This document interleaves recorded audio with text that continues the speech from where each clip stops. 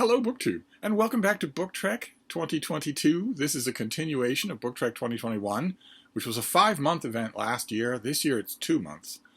And it's devoted, as the title would suggest, to Star Trek fiction.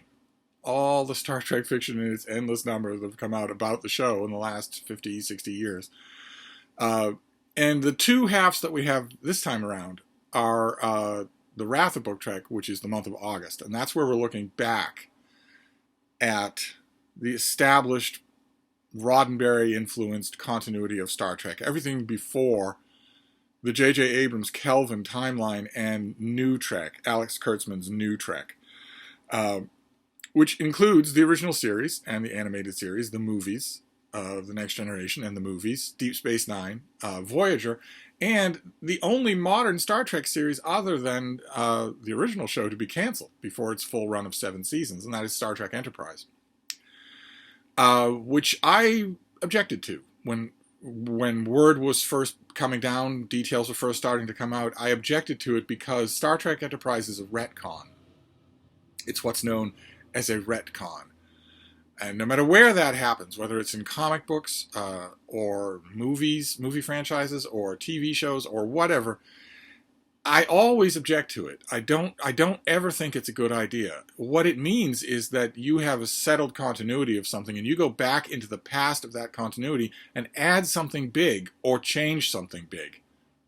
Despite the fact that lots and lots of people, creative people, worked to make it that original way, and even more people loved it that original way, you still go back and do it. I don't think that creative people, writers or directors, ought to do that. I would think that they would shrink in horror from the idea of doing that to someone else's creative work. But they don't.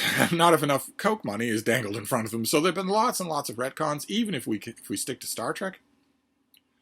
There have been lots and lots of retcons. One of the most prominent of which is Star Trek V, the movie Star Trek V, where we suddenly learn that Mr. Spock has a full-blooded Vulcan brother. Fans howled at that. In fact, the howling over the continuity breaking in that movie, regarding just Spock alone, is a large part of the reason why the Star Trek community has largely not wanted to think Star Trek V is canon. There's nothing you can do about it. If it's on the screen, it's canon. I don't think that should be true. I think the screen should be secondary. But the screen was the original venue. It was the original art form. So it takes precedence. So if something's on a screen, it's venue, and it's canon. And writers can work and try to work their way around that, but mostly they just have to deal with it. So in some way or other, we have to deal with the fact that Spock has a brother named Sybok, and that Sarek, Spock's father, married a Vulcan woman before he married Amanda Grayson. I've seen various attempts to deal with that. I've also seen plenty of attempts on fanfiction.net, for instance, to just ignore it, just pretend that it didn't happen. And needless to say, I won't say it now because it's the only thing you're going to hear about in September for Book Trek from me. Needless to say, the Kurtzman Trek is all about retconning. That's all that it wants to do, because it morally doesn't approve of any of the Star Trek that came before Alex Kurtzman got a Twitter account. Once he got a Twitter account, his moral and ethical stances on every single complicated issue anywhere in the world became, by sheer coincidence, perfect. Everything that he thinks, his moral and ethical stances on any moral or ethical subject, is in fact the perfect stance. Not just for now, but forever. People 1,000 years from now will look back and say, can't you be more like Alex Kurtzman was? They won't have any changed morals. He and a few people on Twitter and even a few people on BookTube have reached that pinnacle, where they just happen to have all the perfect, inarguable opinions. Naturally, if you gain control of a property, of an entire franchise like Star Trek, and you don't consider yourself a steward, a careful, responsible steward of that franchise, as you bloody well should, if instead you're handed the keys to that franchise and you think, well, I can do whatever I want with it, it's mine now, which a whole bunch of, again, morally and ethically completely perfect people have been given to DC Comics, except for Batman, to Marvel Comics, just en toto, to the Marvel Comics cinematic universe, to most major science fiction movie franchises, from the Terminator to Predator to you name it.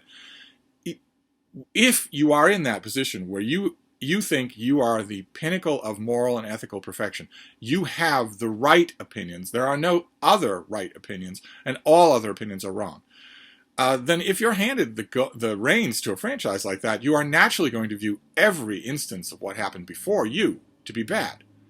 Something that can either be quietly ignored or that needs to be very patiently corrected, with the huge eyes like this and the syrupy tone like you're talking to a brain-damaged child. It's the tone these people adopt to make sure you know that a newborn infant will know whether or not they're trans. They take a big, wide-eyed tone like that because they want to make sure you know that they're taking time out of their busy day of being perfect to tell you how you aren't. So New Trek is entirely about retconning. And virtually nothing that has happened in New Trek has not been a major retcon of something or other to do with Star Trek, major or minor. The typical approach from a lot of these blue check marks on Twitter is to change one little thing, and then if you howl about that, they say, that's just a little thing, so you must be a nut. You must be an ideologue. If you believe that, there are a whole bunch of historical movements that I'd be happy to explain to you. That's exactly how it starts. That's where the phrase, the thin end of the wedge, comes from. But the old Star Trek, the Roddenberry-era Star Trek, was not so much interested in retconning. Deep Space Nine, for instance, as I mentioned yesterday, had a broad canvas of contemporary Federation politics to paint. Let's watch our crew go through Federation politics as they're happening. So we'll try not to contradict any hint of Federation politics that cropped up in maybe, for instance, The Next Generation. And then every other show will have to deal with the politics that we make.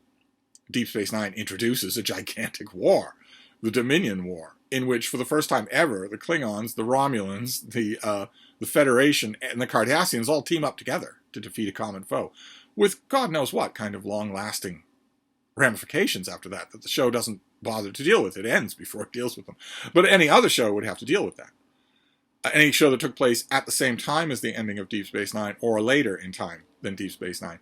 But Star Trek Enterprise didn't do that. Star Trek Enterprise was announced as taking place a generation before Kirk and Spock, on board a vessel called Enterprise, commanded by Captain Archer, with a Vulcan officer on the bridge. There's just a few things I can think of off the top of my head, and right away you can see the problems. We are told, without any equivocation at all, the first captain of the Enterprise was Robert April. And that it was the same Enterprise, basically, structurally, that Kirk and Pike later command. The Enterprise in Star Trek Enterprise doesn't look anything like. It looks basically like the Starship Enterprise NCC 1701, but it's much smaller, and it has massive structural differences.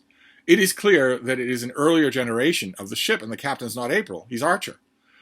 And we're also told over and over again that Mr. Spock is the first Vulcan to serve in Starfleet, and yet Sub-Commander T'Pol is on the bridge of Captain Archer's Enterprise. All of that looks like it shatters continuity, and fans and showrunners immediately set about showing how it didn't. Right, in the first Star Trek movie, Star Trek the Motion Picture, we see a display of pictures and are told all these vessels once had the name Enterprise, which is meant to show. I think that is meant to soften the refit of the Enterprise that we see when we finally see the ship in Star Trek the Motion Picture. But you can extend that to say that the first Enterprise of the NCC class, the first Constitution class starship named Enterprise, was commanded by Robert April, maybe, and that's the one that then Pike took over and then Kirk. Okay, that kind of sort of works, and that if that is true, if you're making a distinction for Constitution class starships, then you would have a little wiggle room to introduce another captain. And I'm not going to object. Captain Archer is a terrific captain, and he has a beagle on board the Enterprise, so I'm not going to object to him as a character, and that is a kind of a way to wiggle out of it. Same thing with the Vulcan on the bridge. It turns out that Sub-Commander T'Pol is sort of leased from the Vulcan High Command. She's not, hence her rank. She's not actually a member of Starfleet. Didn't go through Starfleet Academy. She's not part of Starfleet. She's liaisoning from the Vulcan people. So technically, Mr. Spock could still be the first Vulcan to serve at Starfleet. I think, as I mentioned the other day, that Star Trek Enterprise generally did a careful job with its retconning. It tried to, anyway. It was tough because the showrunners knew what the fans wanted to see. If you're dealing with the past before Kirk and Spock's Enterprise, could we maybe have genetically engineered supermen called augments in Enterprise and ever afterwards? Could we maybe have that? Even though that would seem to break continuity from Space Seed, the episode of the original series where Kirk and crew meet the living cargo of the Botany Bay and figure out only gradually that they are some of those genetically engineered Supermen. If you're going to have a whole plot revolving around them and the man who made them, that's going to be harder to do. I think it's a 3-part episode, and Star Trek Enterprise does such a good job at it that I was willing to forgive them. Another thing that fans definitely want to see is how this very primitive starship, no replicators, no force fields, barely phasers, how would they do against the Borg? But again, we know beyond a shadow of a doubt we are there as viewers the minute anyone from the Federation encounters the Borg for the first time.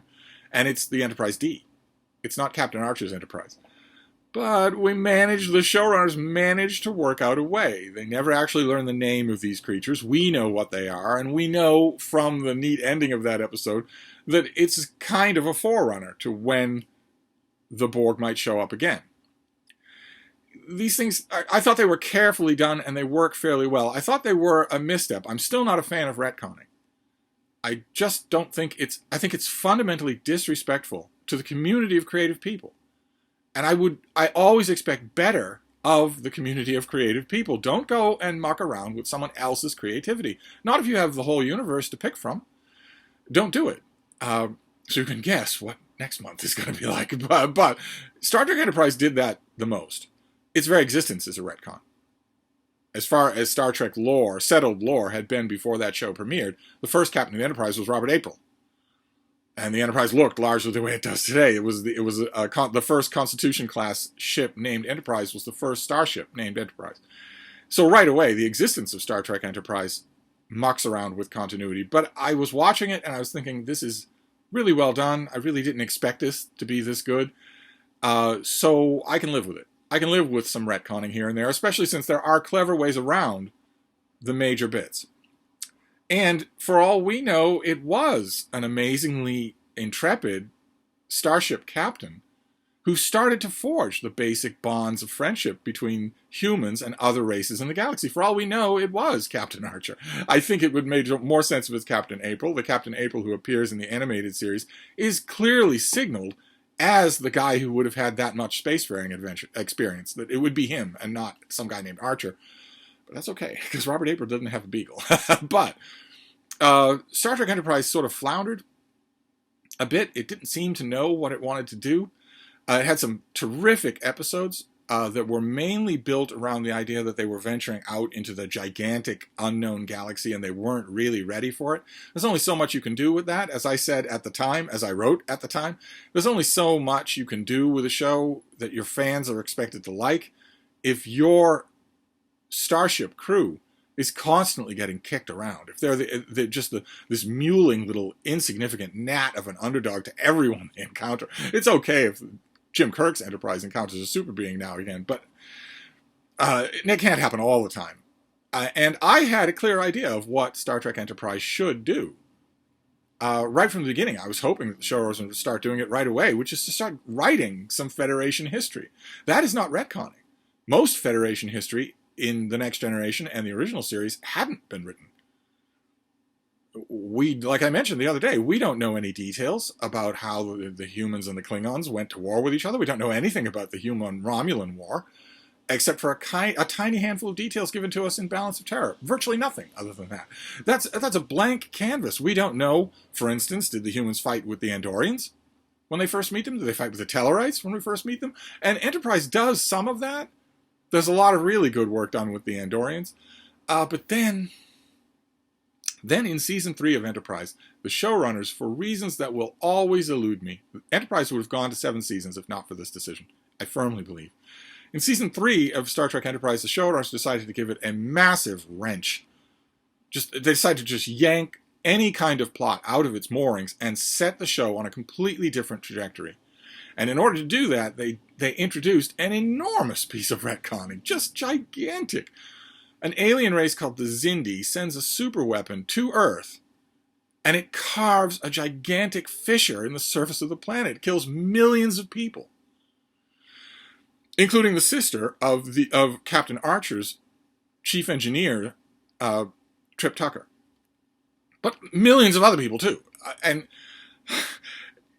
I saw that first episode, that flashback there, and I thought, what on earth? What on earth? Are you meaning to tell me that in all of the talk about Earth's history that was done in the original series and The Next Generation and Deep Space Nine, where Benjamin Sisko goes back to Earth's history, all captains go back to Earth history, that no mention would ever be made of this? We have, in many episodes of many incarnations of Star Trek, long laundry lists of iterations of major events in future Earth history, and this is never mentioned. And you know it's never mentioned, so don't do it. Don't do it. That's when retconning goes bad, when there's no way to do it. There were ways to wriggle out of some of Enterprise's retconning, but a massive attack on Earth itself that kills millions of people? There is no way that wouldn't be remembered in the time of Kirk and Spock. If it happened a generation earlier, there's no way it wouldn't be remembered. It's not mentioned. Now, we're going to be dealing with a lot more of this next month, but I thought that was a huge mistake, and what followed from it was an even bigger mistake, which is that there's a threat that the Xindi will launch another super destructive weapon, so the Enterprise dedicates itself to voyaging into a mind-numbing place called the Expanse, finding the Xindi and stopping them from doing that. And they're crazed about it, and they're amoral about it. They're so enraged by the death of all of their fellow humans that they're willing to break moral laws. An eye for an eye, torture people for information, kill people for information, all that sort of thing. It got worse and worse and worse. And it was only when the show sort of woke up from that plot. They had to let it play out. They didn't know how unbelievably unpopular it would be with fans. And then when it finished, they had another season where they started to do big canvas-creating historical Star Trek.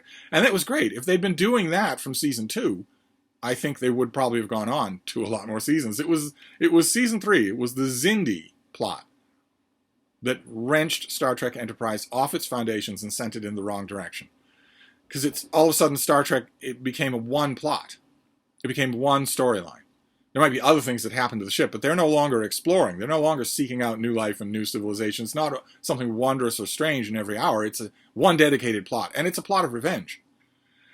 It wasn't until Kurtzman Trek, decades later, that showrunners went back to one plot ruling a show. And in one particular Kurtzman show, one character ruling a show. It's a bad idea. It's fundamentally anti-Star Trek. So for a season, we had to put up with that in Star Trek Enterprise. And some of the moments in season 3 are good, but it's largely not salvageable. And so I was apprehensive with the Star Trek book that I picked today for Book Trek, because I picked a book set in that period, in that plotline, talking about that plotline. It's Last Full Measure by Michael Martin and Andy Mangels. And there you have the monument to the Xindi slaughter of humans on Earth.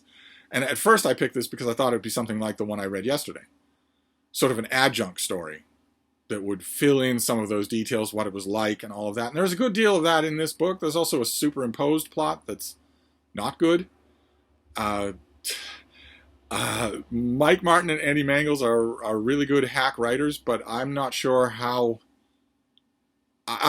why you would go back to this period to write a novel. I'm really not. I mean, I know I don't want to give too much away about the framing plot of this book, but the framing plot of this book involves something sometimes Star Trek fans want to retcon.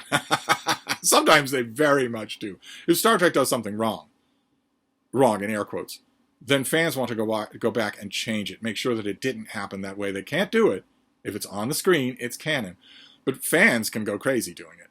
And one of the biggest things that in any Star Trek franchise that fans want to go back and retcon is what happens at the very end of the final episode of Star Trek Enterprise, where the aforementioned Chief Engineer Trip Tucker dies, sacrifices himself to save the Enterprise.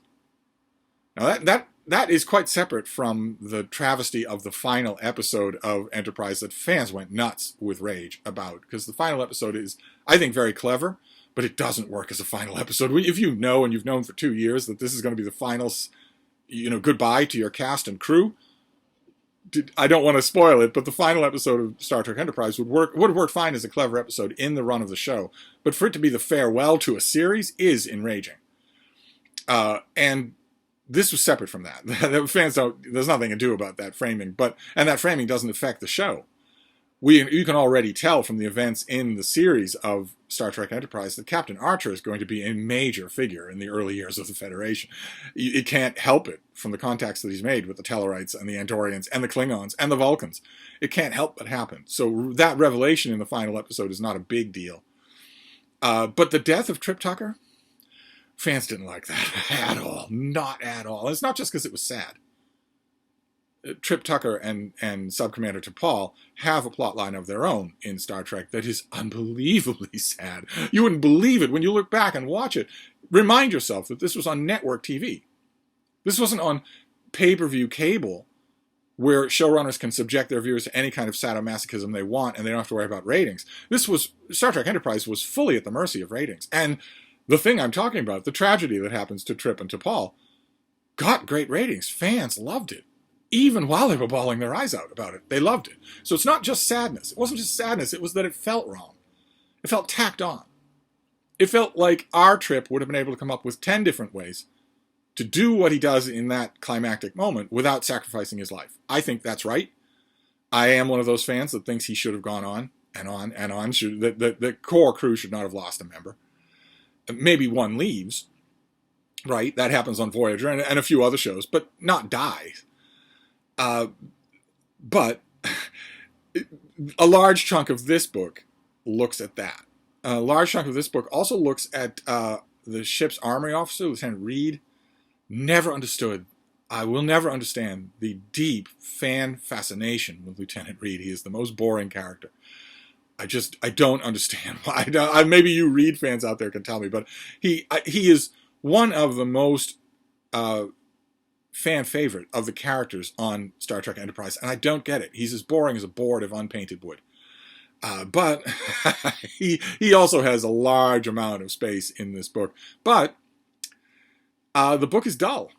Very, very dull. Now, I can say that Andy Mangels doesn't always write dull prose. I don't know Michael Martin. Maybe the fault is his. Maybe he did most of the writing. I can't help but think that if Andy Mangels had written this entirely by himself, it might have been punchier, but maybe that's impossible considering its framing. I mean, it's retconning events inside the settled continuity of a retcon show. How on earth can you do that? I don't think I could come up with a way to do that. So this was, I haven't read any Star Trek Enterprise novels that were particularly good. This one was boring, outright boring.